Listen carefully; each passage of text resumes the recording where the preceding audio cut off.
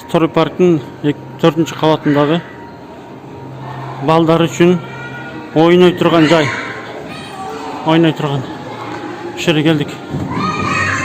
Erteң Ораза айтқа сүйлөшүш үчүн.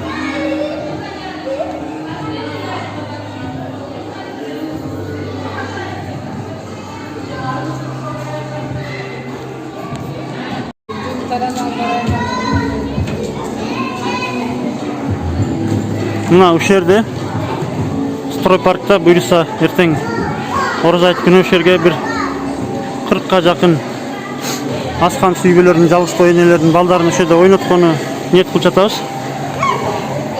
Ошол жерде ээси уруксат берип атат.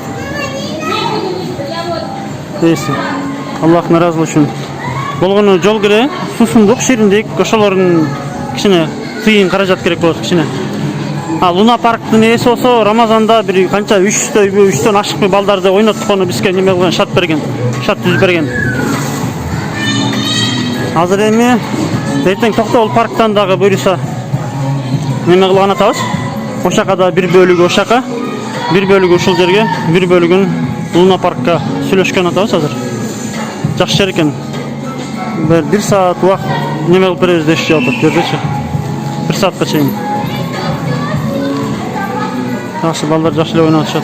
Иншалла. Иншалла жакшы экен. Жакшы шарттар жакшы экен. Иншалла.